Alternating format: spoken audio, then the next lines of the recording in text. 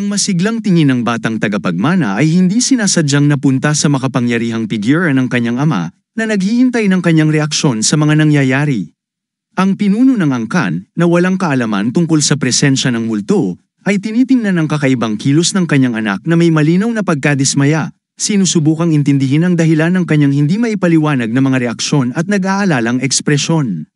Habang naghihintay ng sagot mula sa kanyang ama, ang binata ay lumuhad sa harapan ng pinuno ng angkan, ramdam ang kirot ng malalalim na sugat na kamakailan lamang ay ginamo, ngunit patuloy pa ring sumasakit sa kanyang pagal na katawan. Pagkatapos ng mahabang proseso ng paggaling, nais niyang malaman ang tunay na dahilan kung bakit siya'y agarang ipinatawag ng kanyang ama sa pribadong silid nito. Sa kaibuturan ng kanyang puso, umaasa siyang makakakuha ng impormasyon tungkol sa pagkakakilanlan ng mga misteryosong mamamatay tao na brutal na nagtangkang kitlin ng kanyang buhay, nag-iiwan ng malabong alaala at malalalim na peklat na hindi pa gumagaling. Ang matalim at mapanuring tingin ng kanyang ama, tulad ng talam ng espada, ay nagbunyag ng tunay nitong intensyon, maingat na suriin ang bawat salita at kilos ng kanyang anak upang tiyakin ang katapatan at sinseridad nito. Ang binata ay maingat na binigyan ng timbang ang bawat salita, iniisip ang posibleng kaugnayan ng makapangyarihang alyansang demonyo sa tangkang pagpatay, dahil tanging ang kanilang malawak na network ng mga especially iya ang nakakaalam ng mabilis na paglakas ng kapangyarihan ng kanilang angkan nitong mga nakaraang buwan. Habang mas malalim niyang sinusuri ang mga nangyari, ayaw man niyang aminin, napagtanto niya ang labis na di malamang posibilidad ng partisipasyon ng alyansang demonyo sa pag-atake, dahil ang mga teknik ng mga misteryosong mamamatay tao ay lubhang naiiba sa kanilang tradisyonal na estilo ng pakikipaglaban na pinino sa loob ng maraming siglo. Sa buong kasaysayan ng sagupaan ng mga angkan, ang mga kasapi ng alyansang demonyo ay kilala sa kanilang maingat na mga galaw, na bihirang sumugal sa pag-atake sa mga kinatawan ng kalabang angkan, lalo na kung hindi naman ito direktang tagapagmana ng sinaunang linya ng dugo.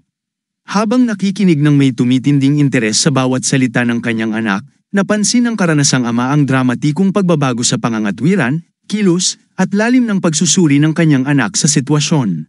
Sa kabila ng mahabang oras ng pagninilay at masusing pagsusuri sa bawat detalye ng mga misteryosong pangyayari, nananatiling mailap ang huling hatol sa isipan ng bihasang pinuno ng angkan. Ang bigat ng katotohanan na walang ibang nakaligtas sa madugong labanan sa lihim na lagusan maliban sa kanyang nag-iisang anak ay nagpapasa ng napakabigat na pasanin sa malapad na balikat ng patriarka. Ang kaluluwa niya ay binabagabag ng mga pagdududa at di mo-ari na mga alaala ng nakaraan na hindi nagbibigay sa kanya ng kapayapaan. Ang kanyang konsensya ba'y tunay na tino-torture ng naganap na pagdanak ng dugo, o ito'y isang mahusay na maskara lamang na nagtatago ng tunay na intensyon? Sa kabila ng kanyang panlabas na kalmado at katatagan, sinabi ng binata na ang kanyang milagrosong pagkakaligtas ay isang banal na pagkakataon upang ipaghiganti ang kanyang mga bumagsak na kasama at ibalik ang hustisyang niyurakan sa mundo ng sining ng pakikidigma. Isang biglaang mahiwagang ngiti ang sumili sa seryosong mukha ni B. Rosen, tila ba ang mga salita ng kanyang anak ay nagmulat sa kanya ng isang bagay na matagal nang nakabaon sa kailaliman ng kanyang kaluluwa. Sa isang makapangyarihang kilos na hindi tumatanggap ng pagtutol, tinawag ng patriarka ang kanyang anak na lumapit sa kanya, naghahanda upang itanong ang pangunahing tanong na bumabagabag sa kanyang isipan sa mahalagang pagpupulong na ito. Habang lumalapit ang binata sa kanyang ama, naramdaman niya ang panganib ng kanilang nalalapit na usapan.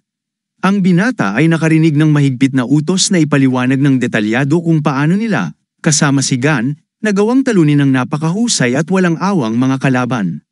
Ang malalalim na sugat sa mga katawan ng napatay na mga mamamatay tao ay malinaw na nagpapakita ng paggamit ng maalamat at matagal nang nawawalang teknik ng Blade of Heaven and Earth. Napilitang itago ang hindi kapani-pani walang katotohanan, ramdam ng binata ang hirap na maipaliwanag ng makatotohanan ang tagumpay laban sa bihasang mga mamamatay tao gamit lamang ang kasanayan sa panloob na teknolohiya. Ang anumang kwento tungkol sa pag-aari ng espiritu ng sinaunang banal na espada ay tiyak na magmumukhang kabaliwan kahit sa pinakamadaling maniwalang nakikinig. Kaya't kinakailangan niyang bihasang paghaluin ang kanyang kwento ng mga butil ng katotohanang kapanipaniwala, maingat na piliin ang bawat salita, at subukang maging lubos na kumbinsido. Ikinwento niya ang tungkol sa mahiwagang lugar sa likod ng kumikislap na guhit sa dulo ng lihim na lagusan, kung saan ang kanyang katawan, na tila kontrolado ng di nakikitang banal na puwersa, ay lumaban sa mga mamamatay tao hanggang sa siya'y nawala ng malay. Labis na nabigla sa hindi kapanipani walang kwento, Mabilis at halos di nakikitang galaw ng makapangyarihang patriarka ang umagaw sa nanginginig na kamay ng kanyang anak, malinaw na layuning tuklasin ang tunay na pinagmulan ng mga misteryosong pangyayari. Isang makapangyarihang daloy ng sinaunang enerhiya ang sumiklab sa katawan ng binata habang sinimulan ng kanyang ama ang masusing pagsusuri sa kalagayan ng kanyang mga daluyan ng enerhiya at lakas. Ang panloob na lakas ng patriarka, tulad ng nagngangalit na agos ng ilog sa bundok, ay tumagos sa bawat selula ng pagol na katawan ng binata, walang awang sinusuri ang pinakamaliit na pagbabago sa kanyang esensya. Sa masusing pag-aaral ng mga daloy ng enerhiya, natuklasan ang ganap na pagkawala ng nakamamatay na sakit, ngunit walang bakas ng pagtaas ng panloob na enerhiya sa katawan ng binata. Pagkatapos ng isang mabigat na katahimikan na puno ng tensyon, sa wakas ay inihayag ng patriarka na tapos na ang masusing pagsusuri at binigyan ng pekgang ng pahintulot na lisanin ang kanyang pribadong silid.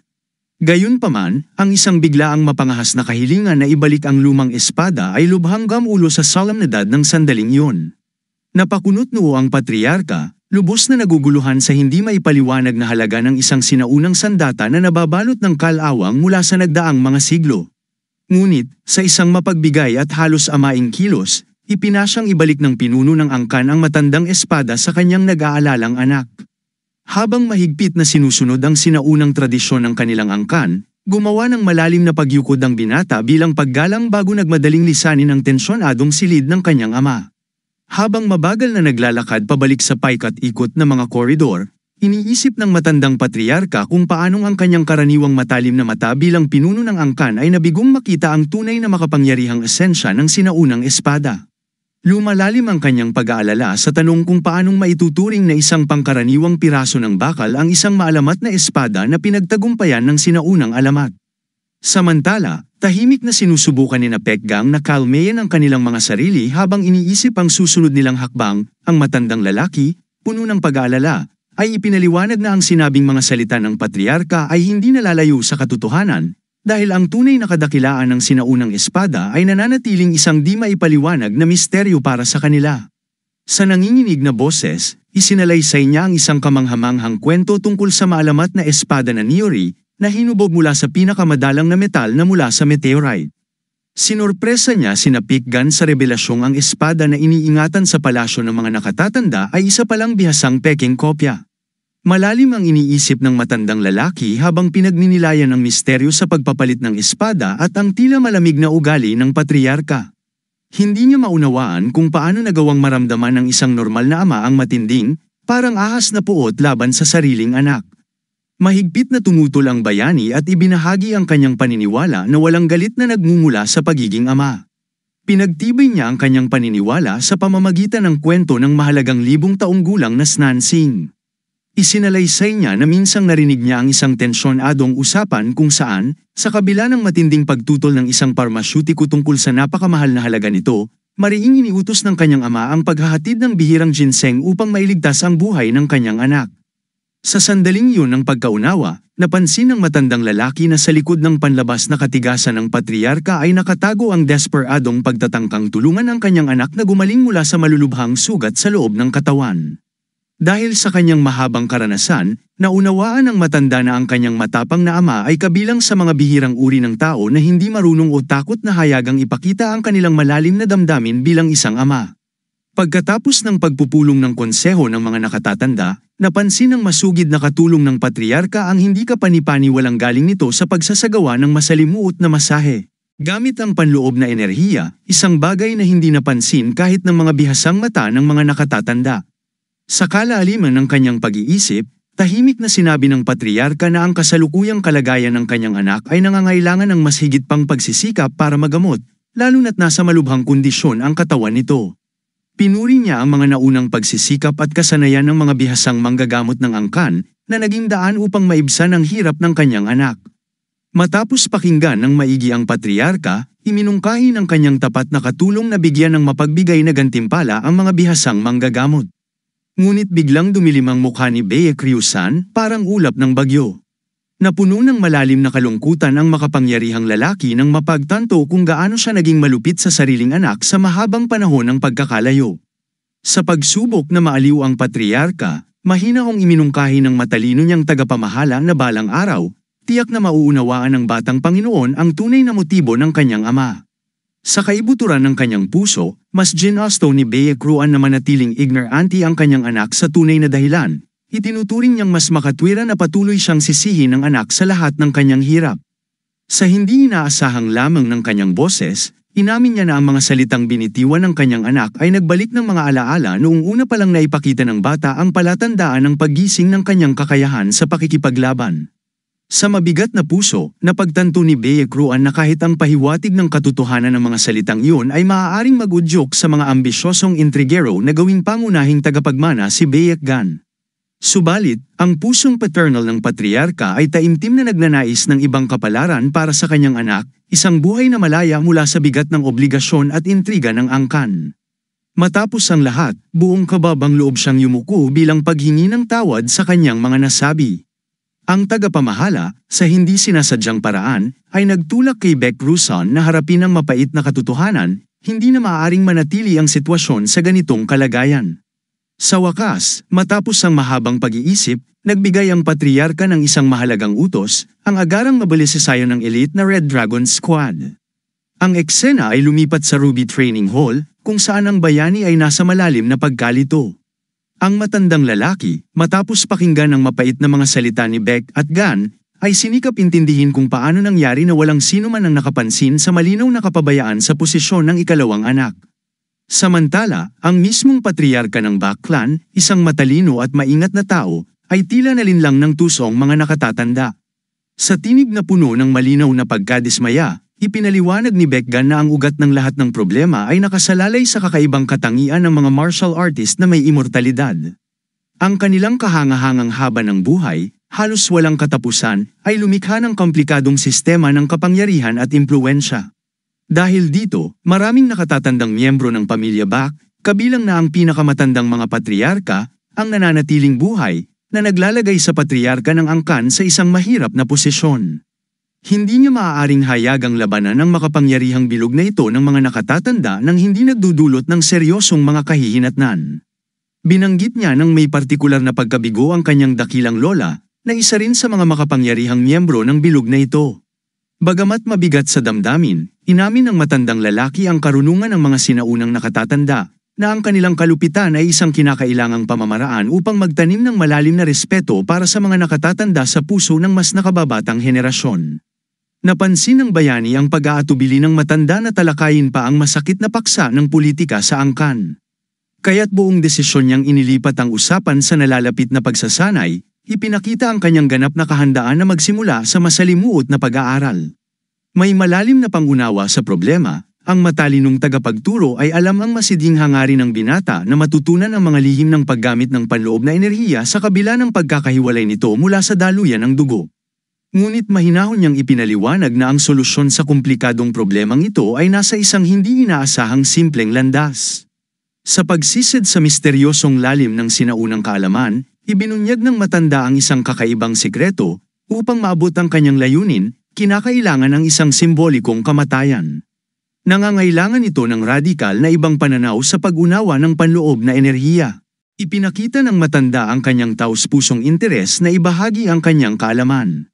Sinimulan niyang ipaliwanag ng detalyado ang tunay na kalikasan ng pagbara sa mga pangunahing daluyan ng enerhiya. Pinabulaanan niya ang karaniwang maling paniniwala na ang mga meridian ay ganap na barado, binigyang diin niya na ang mahalagang enerhiya, o psi, ay patuloy na dumadaloy sa lahat ng buhay na nilalang, isang bagay na mahalaga sa buhay mismo. Gamit ang isang malinaw na paghahalin tulad sa isang agos ng tubig, ipinaliwanag ng matalinong guro na kapag ang mga daluyang enerhiya ay barado, ang mahalagang enerhiya ay parang manipis na agos lamang na pilit gumagawa ng daan sa mga hadlang, imbis na isang malalim na ilog tulad ng sa ordinaryong tao. Sa kanyang tinig na puno ng kumpiyansa, isiniwalat ng matanda ang isang nakapagpapalakas na pananaw, sa tamang tiyaga sa pagpapalawak ng mga daluyang enerhiya, hindi lamang maisasalba ng binata ang kanyang buhay, kundi magbubukas pa ito ng mga bagong daan tungo sa mas mataas na antas ng kapangyarihan at kakayahan. Ngunit higit pa sa kaligtasan ng kanyang buhay, ipinaliwanag ng matandang guro na makakamit din ni Bec Gan ang napakalaking taas sa pag-aaral ng sinaunang martial arts, na magbubukas sa kanya ng mga bagong abot tanaw ng lakas at kasanayan. Ayon sa veteranong guro, sa kabila ng kanyang malawak na karanasan sa iba't ibang mag-aaral, nananatiling isang hindi malutas na misteryo para sa mata ng tao ang direktang pagmamasid sa mga meridian at sa kanilang panloob na istruktura. Sa isang pilosopikal na pagninilay tungkol sa likas na katangian ng katawan ng tao, binanggit ng matanda na bagamat ang dugo, buto, at laman ay madaling maramdaman, nananatiling nakatago ang tunay na pagpapakita ng kaluluwa at ng banal na prinsipyo. Subalit, ang kanyang pagsanib sa katawan ni Baekgan ay lumikha ng natatanging tulay sa pagitan ng mga daluyan ng enerhiya, na nagbunyag ng malalim na koneksyon sa pagitan ng chi at ng kalooban, ang fundamental na enerhiya ng panloob na sentro.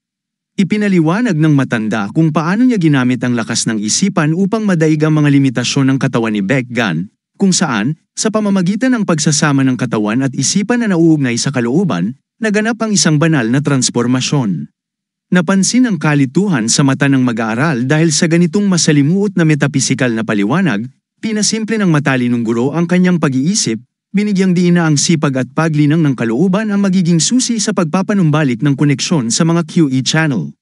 Bagamat may bahagyang pagkainis, tinanggap ng binata ang isa pang aral tungkol sa kahalagahan ng pagsisikap, dahil ang mga ganitong aral ay tila patuloy na sumusunod sa kanya kahit sa kanyang sariling dimensyon. Napansin ng matandang guro ang kakulangan ni Baekgan sa kaalaman tungkol sa Fiery Sun Mind Technique at tinanong siya tungkol sa kanyang karanasan sa Meridians of Mystery. Sa kabila ng pagkilala sa matibay na hangarin ng binata na matuto ng mag-isa, ang detalyadong paliwanag ng matanda ay nagbunyag ng kakanyahan ng pamilya Bak-clan sa sining ng immortal na martial arts.